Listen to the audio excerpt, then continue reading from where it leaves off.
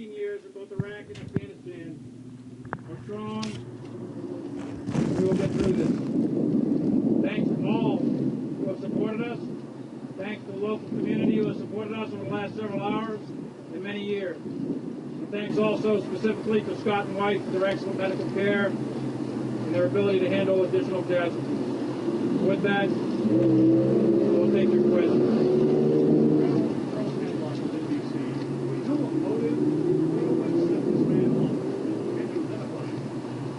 We do not know a motive. We do know that this soldier had behavioral health and mental health issues and was being treated for that. What's his name? At this point, his next of kin has not been notified, so I'm not going to confirm his name. We do have his name, but the next of kin have not been notified, so I'll wait until that's been done. Has he served overseas, sir? He has served in combat. Served 4 months in Iraq, 2011. Was he suffering from PTSD? He was currently under diagnosis for PTSD, but he had not yet been diagnosed for PTSD. Can you describe what happened? Walk us through it. It's under investigation. The exact sequence of events and timeline of events are not 100% clear. It is believed that he walked into one of the unit buildings, opened fire, got into a vehicle, fired from a vehicle, got out of the vehicle, walked into another building, and opened fire again, and then was engaged by local law enforcement here at Fort Hood. What firearm was that? Sorry? Did he begin this thing with an argument? You heard that there was an argument in WTU, and that is how it started, and that he also was using semi-automatic handguns. He was using a 45 caliber Smith & Wesson semi-automatic pistol that was purchased recently in the local area. I am not aware of an argument at the WTU.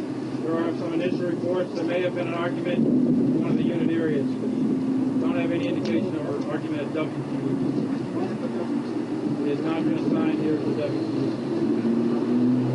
That we don't know. We're checking his background. He recently arrived at Fort Hood in February from another installation, and we're checking with the other installation to determine the background of the soldier. And obviously, we are digging deep into his background, any criminal history, psychiatric history, his experiences in combat, all of the things that you would expect us to be doing are being done right now. Were all of the injured players Welcome back. Hang on a second. Go ahead.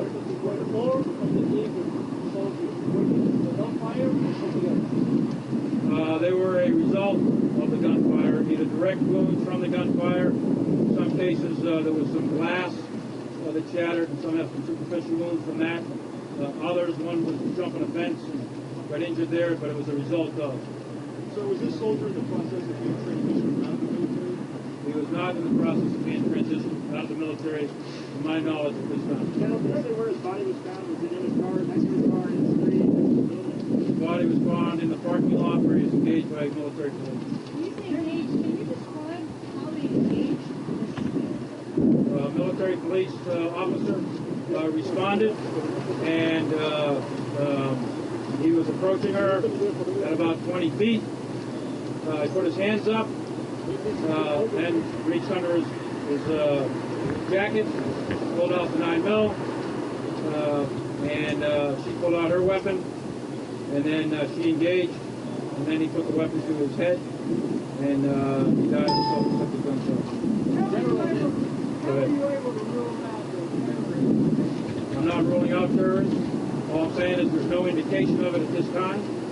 We have FBI and all the appropriate federal agencies and all of the various organizations searching all the internet, Twitter, Facebook, and all the normal association you would do, and the investigation on that part is ongoing. We do not have any indications of that right now, but I'm not ruling that out.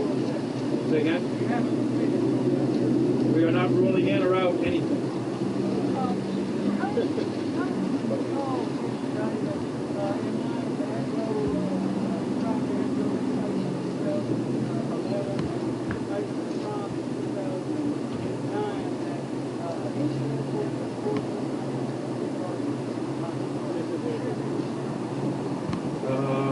not sure I understood what he said, but no, I don't have Fort Hood as a specific target, any other installation. The soldier is married, does have family, and yeah, we're in the process of notification. They're in the local area, that's correct. I do not know that. To our knowledge, he had one weapon, 45 caliber Smith & Wesson. What normally takes place in this? If I said 9mm, I misspoke. The 45 caliber Smith & Wesson. What normally goes on in this Don't building? know how much ammunition. What normally goes on in that building? It's a headquarters building where they conduct the day-to-day administration of the medical brigade, and then in the other building they conduct the day-to-day administration of the transportation battalion. Is this a building you would visit often? They're not far away from each other. Is this a building you would have gone to regularly or routinely? 49th Transportation Battalion, yes, we would have gone to that on occasion for administration purposes. That's hired. For his treatment? No, not for his treatment. That's his unit capable. Sir, did you tell us his rank and did I miss it? I did not say his rank nor his name, and I'll do that when his family is appropriately notified. General, what type of treatment was he He was undergoing behavioral health and psychiatric treatment for depression and anxiety and a variety of other psychological and psychiatric issues. He was not assigned to WPU at the time.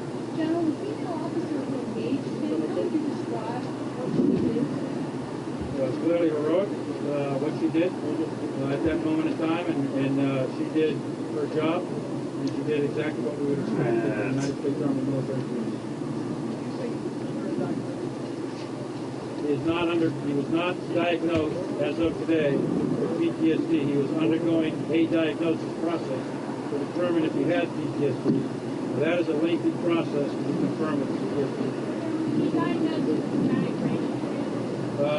There are reports, I don't know if he was diagnosed in the clinical sense. There are reports that he self-reported a traumatic brain injury previously coming back from Iraq. He was on medication, that's correct.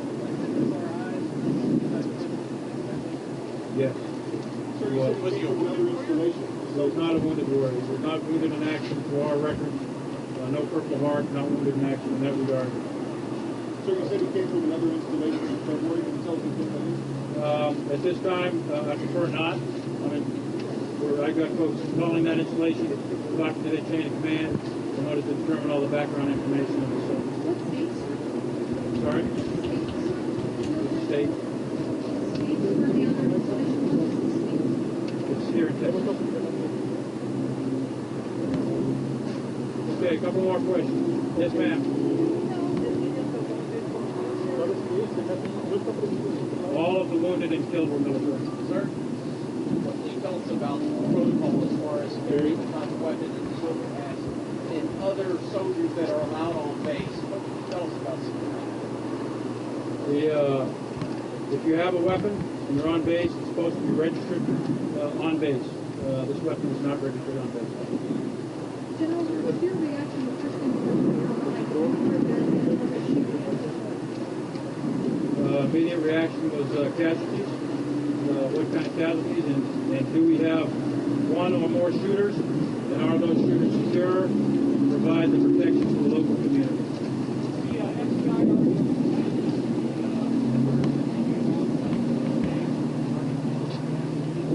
We have a local FBI liaison officer, but no, large FBI assets were not here. They are actually inbound to help with the investigation. But no, there's local FBI available. General, after 09, a lot of programs were placed in that helped soldiers that were dealing with issues coming back from service. In light of what's happening today, are you concerned that those programs have gaps in them? We'll have to re-examine all of those programs and see if there were any gaps. So I'm not ready to answer that just yet. General, you know that over the years now, we've had three, this is the fourth one that we've had, first Tucson, Oswego, and Elwood.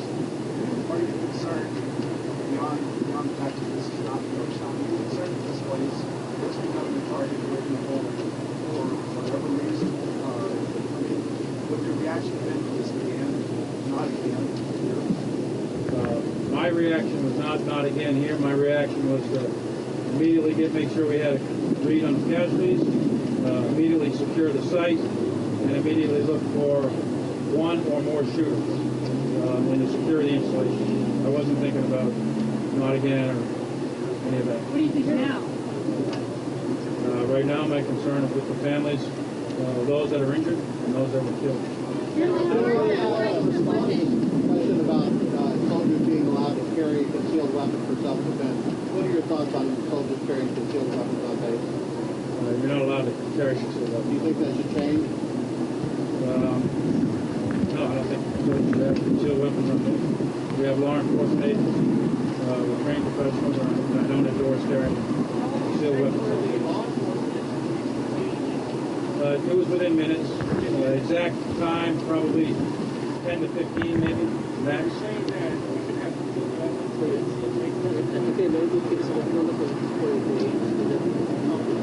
I think the law enforcement acted very rapidly and swiftly, given the nature of this.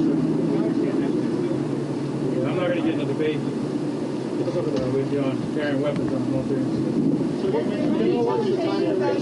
Can you tell us anything about the gender of those killed and wounded, men or women? No, I don't have the specifics, and I'd rather not go into that. The shooter was a male, and the officer that engaged the shooter was a female. But the other injured, no. What was the time duration of the attack from beginning to end? Probably about 15 minutes, 20 minutes, but we don't have the exact timeline.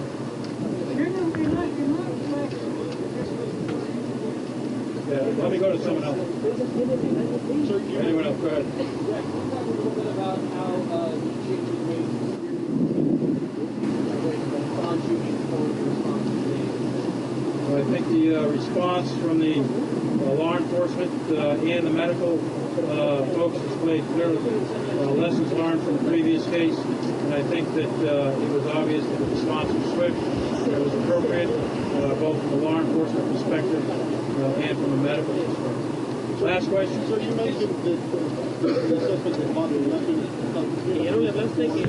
How much indication do you have about premeditation here? Was there anything tied to the timing of it? Was there something going on with the movie? I do not know, and that'll be part of the investigation. Don't know any idea about the premeditation. General, do you want to follow up with a question? Last question. Go ahead. Considering that he did have a weapon not registered, he carried it on base, are you considering changing the protocol or practices of how you check the vehicle as it's approaching base, considering issues happen? I will be reviewing all of those procedures. That's correct. So thank you very much. I appreciate it. Also appreciate your support. We will hold a regular press conference daily until we get all the information out into the public that we have as appropriate. I don't have a time for that, but the first one obviously will be tomorrow. And Colonel Chris Garver, our public affairs officer, will put that up. And I just ask for all your thoughts and prayers for the fallen and for the wounded in this particular case. Thank you very much.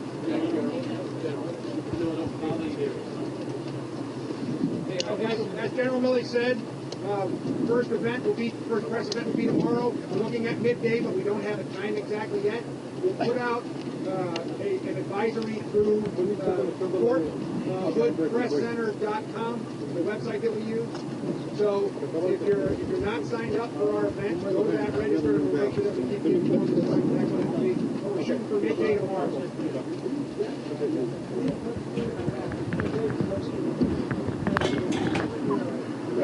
Good.